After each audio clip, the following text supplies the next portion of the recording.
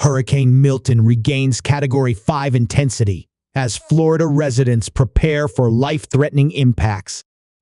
Hurricane warnings now cover both the east and west coasts of Florida as Hurricane Milton approaches.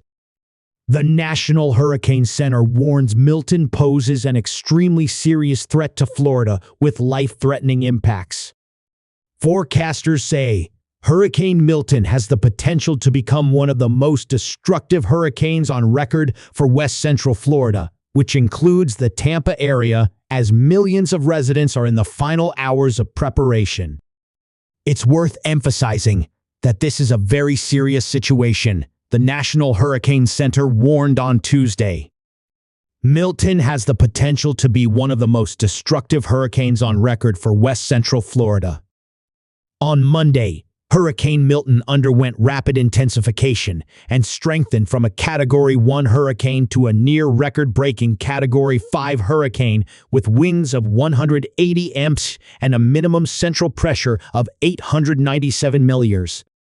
Milton has since weakened to a Category 4 hurricane as the storm skirts the coast of Mexico's Yucatan Peninsula and is expected to remain an extremely dangerous hurricane through landfall along Florida's west coast. The NHC said the central pressure within Hurricane Milton fell to the second lowest pressure on record in the Gulf of Mexico and the lowest pressure in the Atlantic Basin since 2005.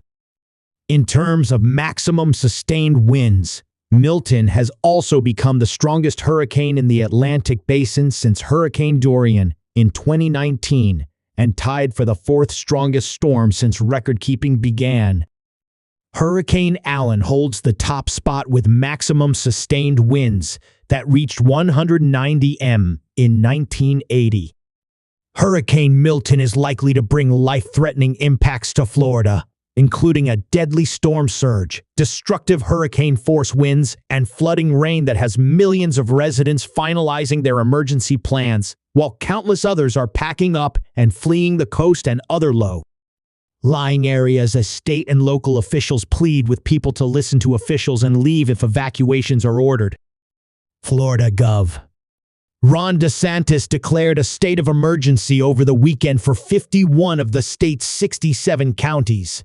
And on Monday, President Joe Biden approved the state's pre-landfall emergency declaration request, which now authorizes the Department of Homeland Security and the Federal Emergency Management Agency, FEMA, to coordinate all disaster relief efforts and to provide appropriate assistance for required emergency measures. Local officials began to issue voluntary and mandatory evacuation orders for residents up and down Florida's Gulf Coast, and traffic has been building on roads and highways since then. Of course, we suspended the tolls along evacuation routes, and the Florida Department of Transportation has opened roadway shoulders as necessary to facilitate evacuations and ease congestion on both I-4 and I-75. DeSantis said. On Tuesday, the first evacuations were ordered on Florida's East Coast in St. Johns County, including St. Augustine Beach. Volusia County also issued evacuation orders for Evacuation Zone AA, which includes parts of Daytona Beach, New Smyrna, and Ormond Beach. Both counties will experience a storm surge from the backside of Milton as it barrels across the state. Shelters have started opening for the thousands of Florida residents who have been told to evacuate for safety, and the state has partnered with Uber to provide residents with free rides to and from shelters for those trying to escape Milton's eventual wrath.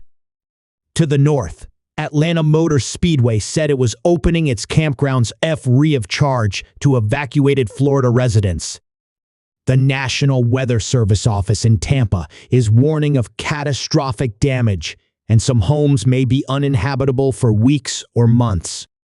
Structural damage to Stuart buildings, some with complete roof and wall failures, the NWS warned. Complete destruction of mobile homes. Damage greatly accentuated by large airborne projectiles. Schools and universities across the region have been closed, and resources have been staged to assist in recovery efforts once the storm passes and it's safe to do so. Travel is also expected to be significantly impacted by Hurricane Milton, with airports across the region announcing they will cease operations as Milton approaches. We have been dispatching fuel over the past 24 hours as gas stations have run out, DeSantis said on Tuesday. So, we currently have 268,000 gallons of diesel, 110,000 gallons of gasoline. Those numbers are less than what they were 24 hours ago because we put a lot in.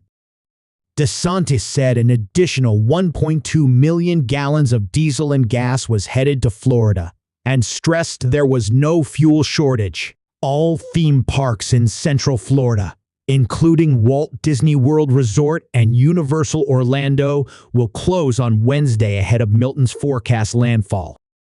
The first tropical alerts were issued for the U.S. on Monday when hurricane, tropical storm, and storm surge watches were issued for Florida's Gulf Coast.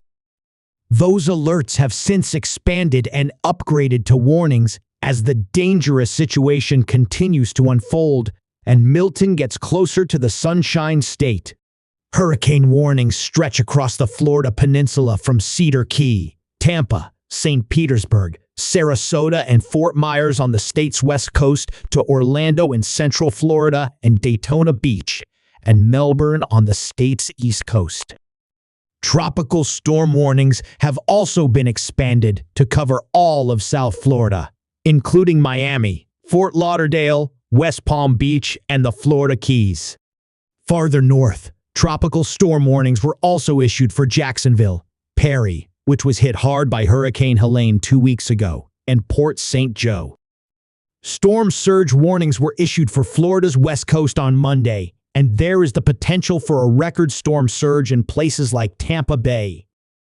The storm surge warnings were expanded to Florida's east coast on Tuesday, and those stretch from Port Canaveral north to the mouth of the St. Mary's River, including the St. Johns River.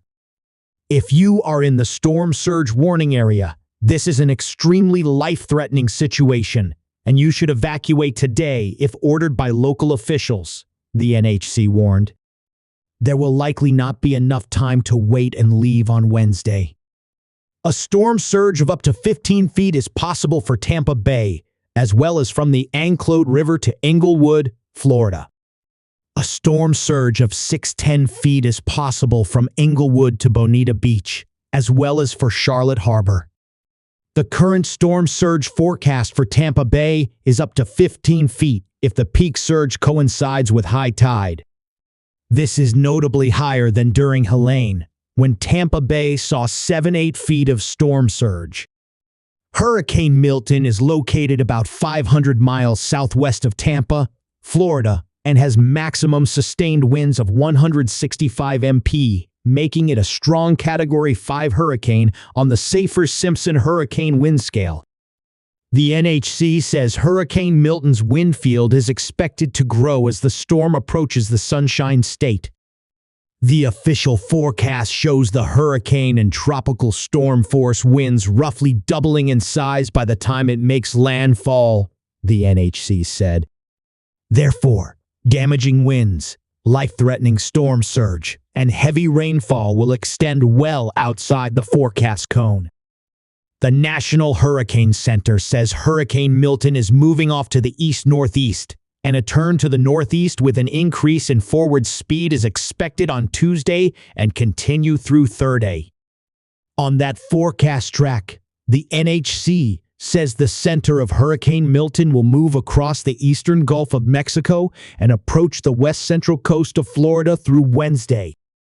The center is likely to make landfall along the west-central coast of Florida on Wednesday night, and then move east-northeastward across central Florida through Thursday.